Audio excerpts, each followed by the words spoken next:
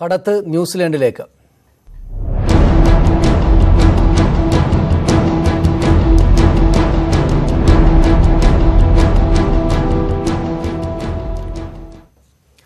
മുനമ്പത്ത് നിന്ന് പോയവരുടെ ലക്ഷ്യം ഓസ്ട്രേലിയ അല്ല, ന്യൂസിലൻഡ് ആണെന്ന് പോലീസ്. കുട്ടികളും 230 മുതിർന്നവരും ന്യൂസിലാൻഡിലേക്ക് കടന്നതായും പോലീസ് സ്ഥിരീകരിച്ചു. ഇവരെ ബോട്ടിൽ രാജ്യം കടത്താൻ ഇടനിലക്കാരായത് ശ്രീകാന്തനും ബന്ധു രവീന്ദ്രനുമാണെന്നും പോലീസ് കണ്ടെത്തി. 3000-ഓളം തമിഴ് വംശജരുള്ള രാജ്യമാണ് ന്യൂസിലാൻഡ്. വർഷം 1000 അഭയാർത്ഥികളെ രാജ്യത്ത് സ്വീകരിക്കാനുള്ള അന്താരാഷ്ട്ര പദ്ധതി ന്യൂസിലാൻഡിനുണ്ട്. ഇക്കാര്യങ്ങളുടെ മറവിൽ ഇന്ത്യയിൽ നിന്ന് അനധികൃത സംഘം വ്യാപകമായി ആളുകളെ പ്രലോഭിപ്പിച്ച് കടത്തുകയായിരുന്നുവെന്നാണ് കണ്ടെത്തിയിരിക്കുന്നത്. ശ്രീകാന്തനും ബന്ധു രവീന്ദ്രനുമായിരുന്നു ഇടപാടിന്റെ ഏജന്റുമാർ. 1.5 ലക്ഷം മുതൽ 3 ലക്ഷം രൂപ വരെ ഇവർ ആളുകളിൽ നിന്ന് ഈടാക്കി. ഡൽഹിയിൽ നിന്നും ചെന്നൈയിൽ നിന്നുമായി ഇങ്ങനെ 230 പേരാണ് മുനമ്പം വഴി തീരം വിട്ടത്. പുറമെ കുട്ടികളും സംഘത്തിലുണ്ട്. ഡൽഹിയിൽ നിന്ന് ശ്രീകാന്തന്റെ ബന്ധു രവീന്ദ്രൻ 70 പേരെ സംഘടിപ്പിച്ചു. രവീന്ദ്രൻ സംഘത്തോടൊപ്പം ന്യൂസിലാൻഡിലേക്ക് പോയി. ബാക്കിയുള്ളവരെ ചെന്നൈയിൽ നിന്നും ശ്രീകാന്തനാണ് സംഘടിപ്പിച്ചത്. ബോട്ടിൽ ആളുകളുടെ എണ്ണം കൂടുതലായതാണ് ഇവർ ബാഗുകൾ ഉപേക്ഷിക്കാൻ കാരണം. കടന്നവർ എല്ലാവരും തമിഴ് വംശജരാണെന്നും പോലീസ് തിരിച്ചറിഞ്ഞിട്ടുണ്ട്. ഡൽഹിയിലും ചെന്നൈയിലുമായി ഊർജിത അന്വേഷണം പുരോഗമിക്കുകയാണ്.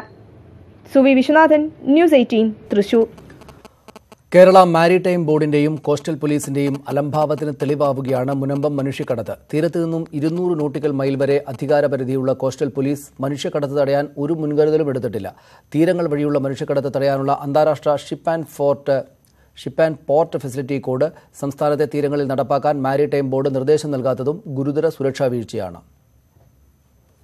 തീവ്രവാദ നുഴഞ്ഞുകയറ്റവും മനുഷ്യക്കടത്തും തടഞ്ഞ് തീരദേശ സംരക്ഷണം ഉറപ്പാക്കാൻ 2004 അന്താരാഷ്ട്ര തലത്തിൽ ship and port facility security code നടപ്പാക്കിയിരുന്നു.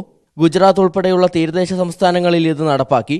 അതോടെ ഇവിടങ്ങളിൽ മനുഷ്യക്കടത്ത് തടയാൻ സാധിച്ചു. എന്നാൽ കേരള തീരത്ത് നടപ്പാക്കാൻ പോർട്ടുകൾക്ക് മാരിടൈം ബോർഡ് നിർദ്ദേശം നൽകുന്നില്ലെന്നാണ് ആക്ഷേപം. ISPS കോഡ് എന്ന് പറയുന്ന അന്താരാഷ്ട്ര നിലവാരത്തിൽ ഇന്ത്യയിലെ തന്നെ മറ്റ് പല പോർട്ടുകളിലും നടപ്പിലാക്കി കഴിഞ്ഞ ആ ഒരു സെക്യൂരിറ്റി പ്രോട്ടോകോൾ നടപ്പിലാക്കിയിട്ടില്ല എന്നുള്ളതാണ് ഇങ്ങനെയുള്ള ഇൻസിഡന്റ്സ് ഉണ്ടാവുന്നതിനുള്ള പ്രധാന കാരണം.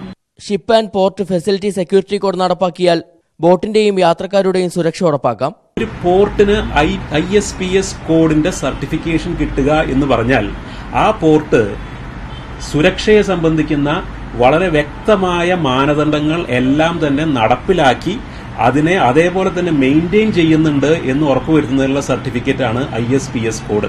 അപ്പൊ ഈ ISPS കോഡ് നടപ്പാക്കി കഴിഞ്ഞാൽ ഇങ്ങനെയുള്ള സംഗതികൾ, അതായത് ഹ്യൂമൻ ട്രാഫിക്കിംഗ് അടക്കം ഇനി ഉണ്ടാവാതെ. SS Sharan, news 18, Kochi.